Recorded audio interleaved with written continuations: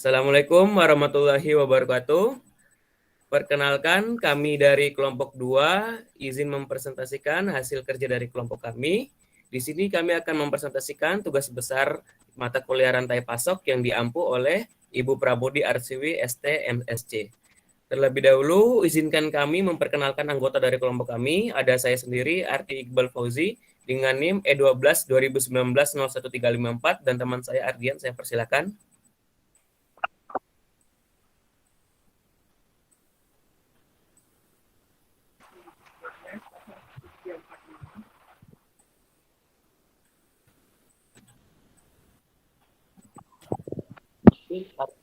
Halo, perkenalkan nama saya Ardian Padma Pradana dengan NIM E12 2019 01345.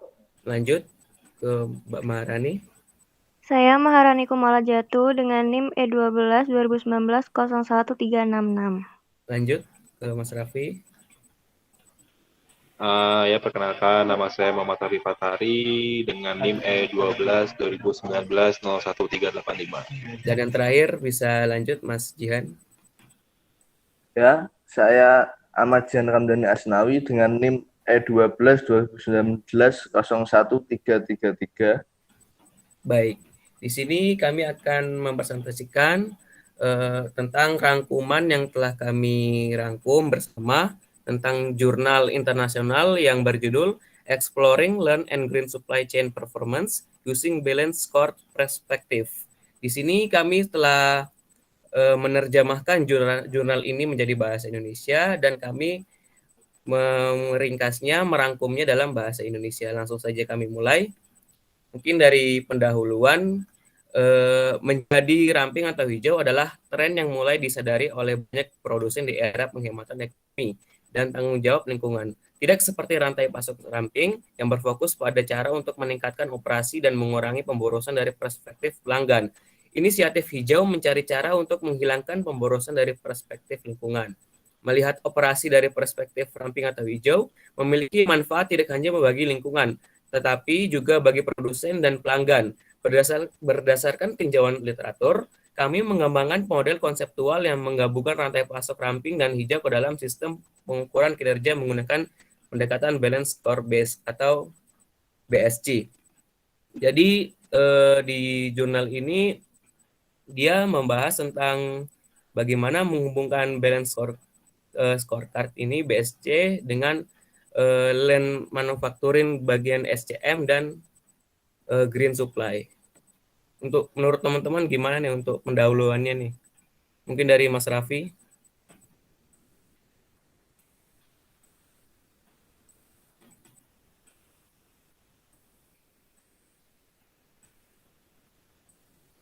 Mungkin untuk pendahuluan ini sudah dijelaskan secara rinci ya, apa itu BSC dan juga kegunaan dan hubungannya dengan lean manufacturing, dan juga tadi apa sih yang green tadi ya, pokoknya dijelaskan sama Green Mas supply Adi, chain, itu udah jelas.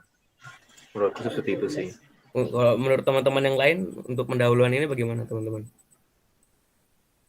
Mungkin dari Mas Jihan.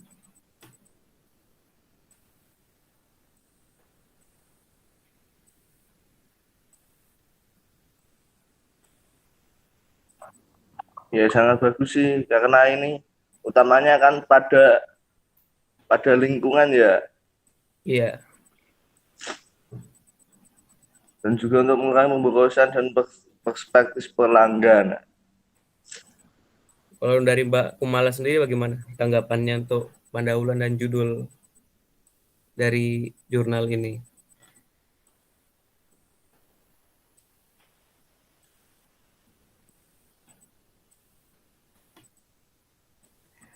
Kalau menurut aku sendiri tadi sama kayak yang dibilang Raffi, di pendahuluan udah cukup jelas banget tentang BSC itu sama yang satunya tadi. Udah sih jelas. Kalau menurut Mas Ardian gimana nih di judul sama pendahuluan yang akan dibahas?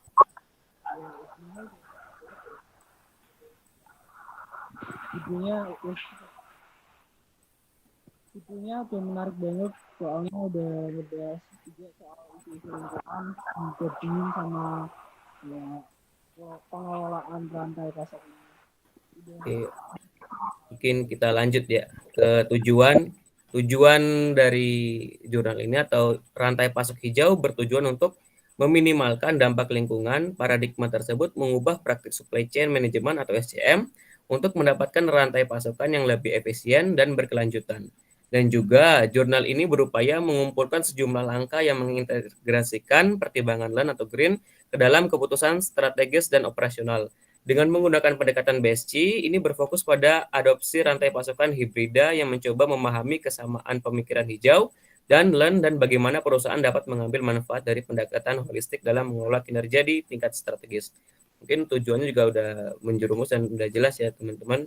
Kita lanjut lagi ke manajemen rantai pasokan yang akan dijelaskan oleh Saudara Ardian. Saya persilakan. Iya, saya akan menjelaskan manajemen rantai pasok. Nah, manajemen rantai pasok adalah sebuah proses yang udah jelas banget dan udah rinci dan fungsinya untuk memberi informasi kepada manajemen mengenai pengadaan barang yang tak hanya itu juga sistem ini memuat informasi mengenai hubungan dengan pihak luar seperti vendor atau supplier dengan tujuannya untuk menjaga persediaan produk yang memang dibutuhkan oleh perusahaan.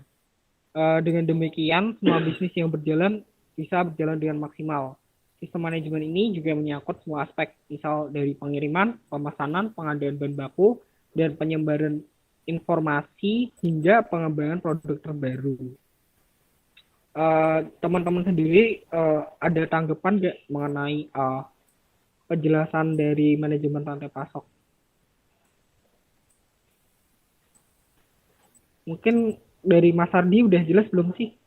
Oh, kalau aku sih udah lumayan jelas ya, kan kita hasil diskusi kemarin di sini juga kita udah menuliskan juga fungsi dari manajemen rantai pasokan secara terperinci. Kalau fungsinya tuh untuk membantu memberikan informasi kepada manajemen mengenai pengadaan barang. Jadi kita dengan adanya manajemen rantai pasok ini bisa mengetahui barang yang masuk dan keluar dan tidak akan membuat perusahaan itu mengalami kesusahan atau hal lainnya yang tidak diinginkan. Mungkin dari saya seperti itu. Lanjut Ya, mungkin bener ke banget. Mas Raffi. Pengelolaan.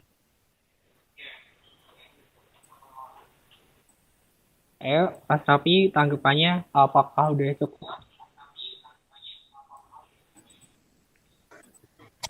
Oke, kalau misalkan dari aku sendiri ya perihal yang dijelaskan di slide ini di manajemen rantai pasok itu sudah jelas dan juga apa ya di sini kan kegunaannya dari manajemen rantai pasok juga untuk mendetek kayak misalkan ada kayak kesalahan atau kerusakan dan sebagainya dalam hal pengiriman pesanan, pengadaan bahan baku dan sebagainya, itu jangan sangat membantu dalam melaksanakan hal tersebut gitu loh. Jadi menurutku udah jelas gitu, penjelasan di sini sudah jelas. Gitu.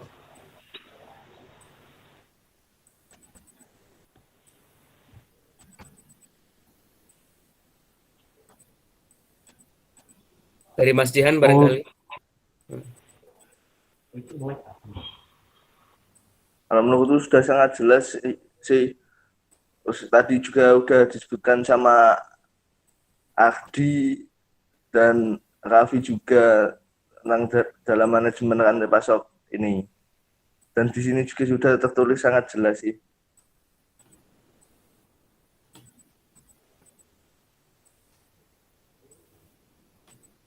Dari Mbak Kumala barangkali.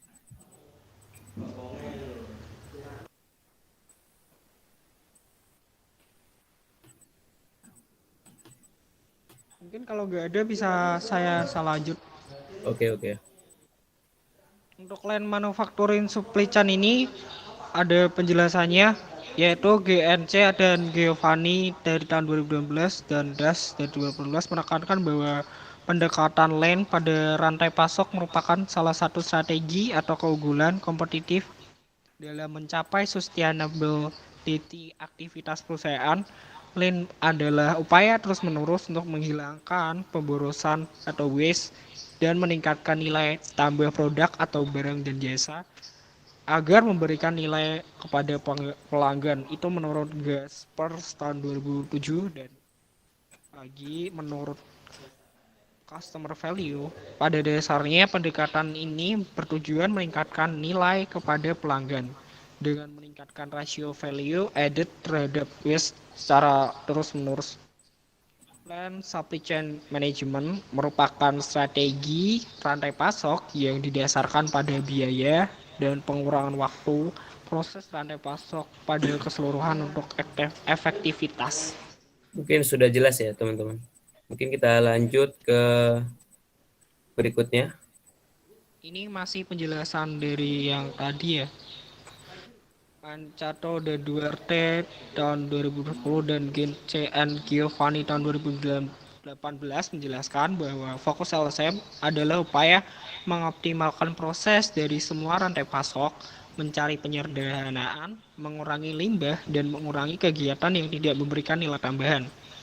Menurut Shah tahun 2007 dan Bene et yang tidak tahun 2018, beberapa karakteristik dari LSCM yaitu umpan balik dari pemasok, pengiriman secara just in time oleh pemasok, pengembangan pemasok, keterlibatan pelanggan, pull system atau sistem tarik, aliran yang mengurangi continue, mengurangi setup, total productivity maintenance, kontrol terhadap statistik, dan keterlibatan karyawan.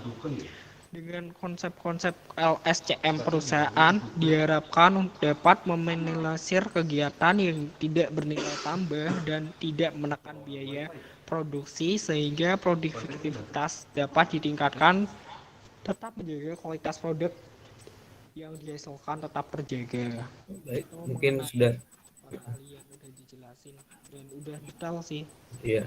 Oke, lanjut ya ke green supply chain yang akan dijelaskan oleh Saudari Mala. Pada Saudari Mala saya persilakan. Oke, suaraku jelas ya. Iya, jelas. Oke. Green supply chains. Kazanoglu et al. 2018 menyatakan perubahan era industri baru yang menuntut peran industri dalam menjaga lingkungan dengan mengurangi limbah dan polusi, menyebabkan timbulnya green supply chains management dalam menerapkan strategi rantai pasok. Green supply chains management mengharuskan kegiatan-kegiatan industri untuk meningkatkan keseimbangan antara kinerja marketing dengan isu lingkungan yang melahirkan isu baru seperti penghematan menggunakan energi dan pengurangan polusi dalam usaha peningkatan strategi kompetitif, atau Carvalho et al. 2018. Perusahaan merasakan perlunya memperbaiki jaringan kerja atau meningkatkan supply chains untuk reduksi limbah dan efisiensi operasi, termasuk pada delivery produk dan jasa.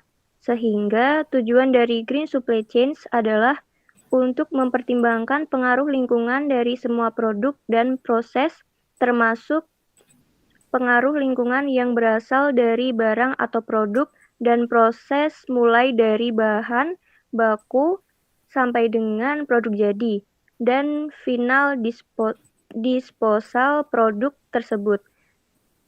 Menurut Deraj 2012 dan Kazanoglu et al. 2018, GSCM dapat menjadi sebuah inovasi dalam penerapan strategi rantai pasok yang didasarkan dalam konteks lingkungan yang mencakup aktivitas-aktivitas seperti produksi, recycle, reuse, dan substitusi material.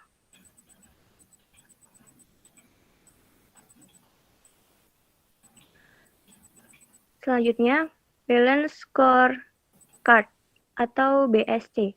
Balance Scorecard BSC adalah suatu metode untuk mengukur dan penilaian kinerja suatu perusahaan dengan mengukur 4 perspektif, yaitu perspektif keuangan, perspektif pelanggan, perspektif proses bisnis internal, perspektif pembelajaran, dan pertumbuhan. Suatu konsep untuk mengukur apakah aktivitas operasional suatu perusahaan dalam skala yang lebih kecil sejalan dengan sasaran yang lebih besar dalam hal visi dan strategi. Pada awalnya, Balance Scorecard atau disingkat sebagai BSC ini digunakan untuk memperbaiki sistem pengukuran kinerja eksekutif.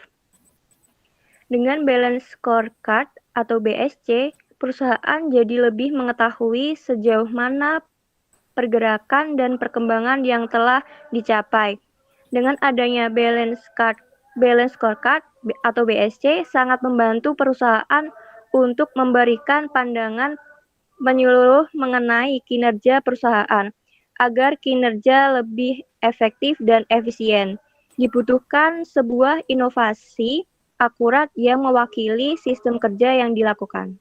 Mungkin sudah cukup jelas yang dijelaskan Saudari Mala tadi. Mungkin berikutnya akan dilanjutkan oleh Saudara Raffi. Saya persilakan.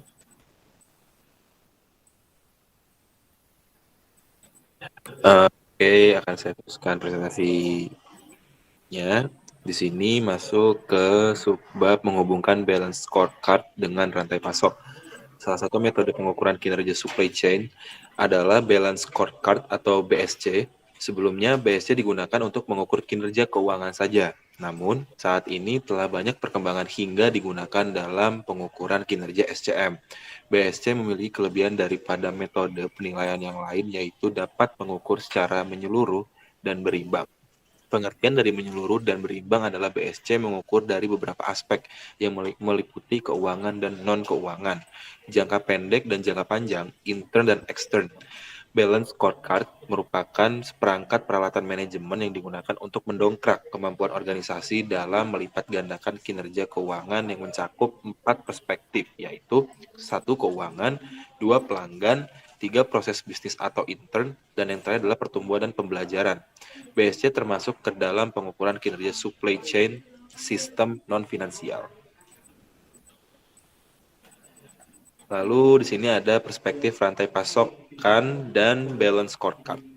Pola pikir BSC didasarkan pada persepsi perusahaan sebagai mesin profitabilitas yang perlu dioptimalkan untuk mencapai efisiensi maksimum melalui pengukuran dan pengendalian untuk sebagai besar proses yang dimiliki perusahaan.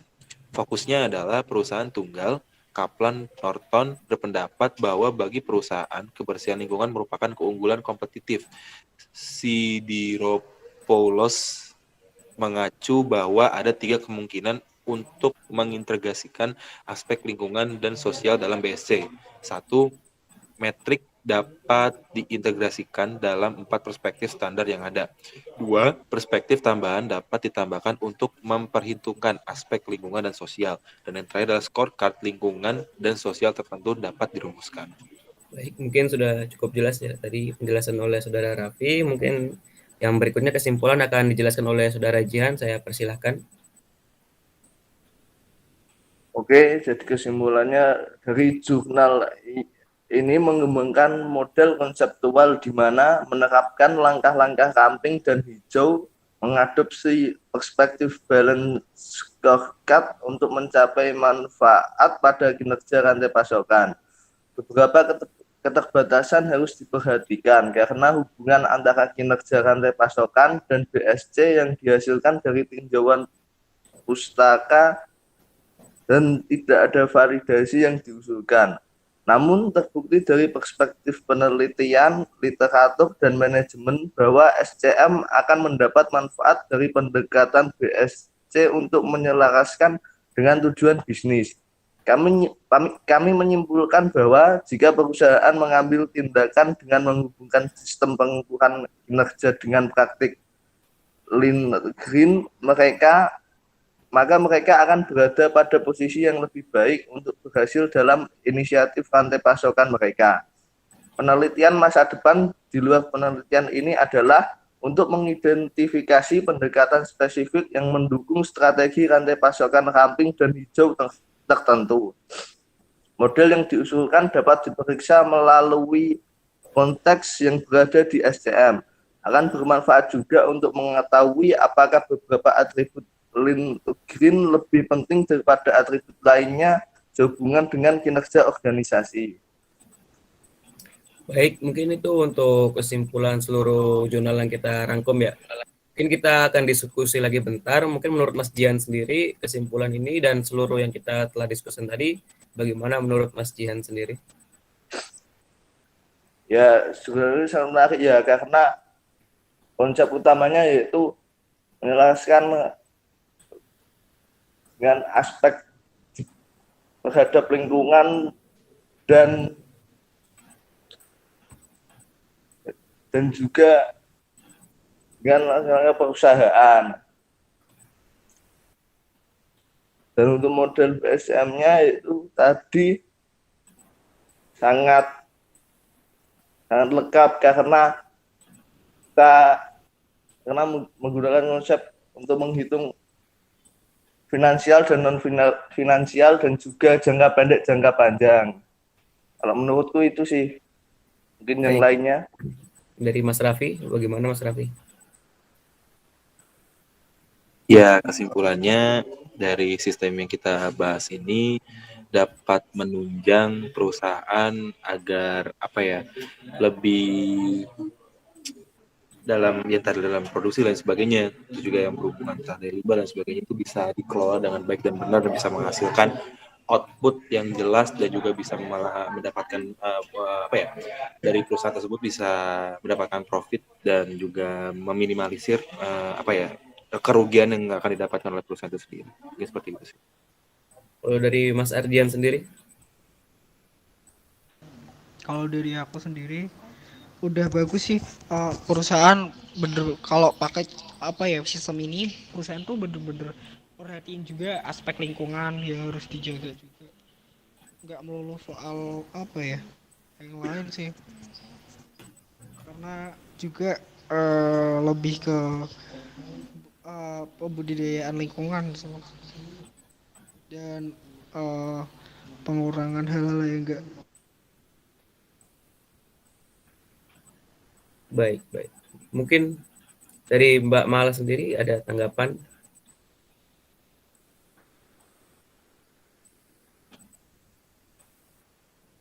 Dari kesimpulan dari kerja kita tadi?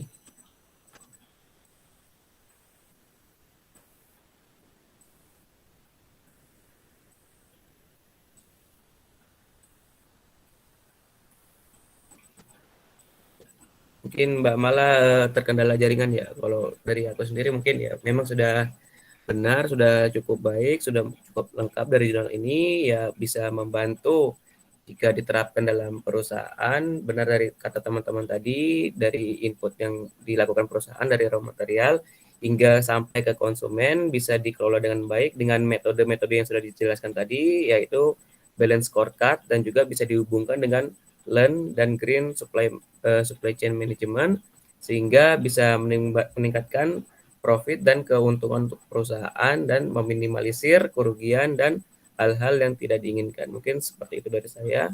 Mungkin dari Mas Jian bisa ditutup untuk presentasi kali ini.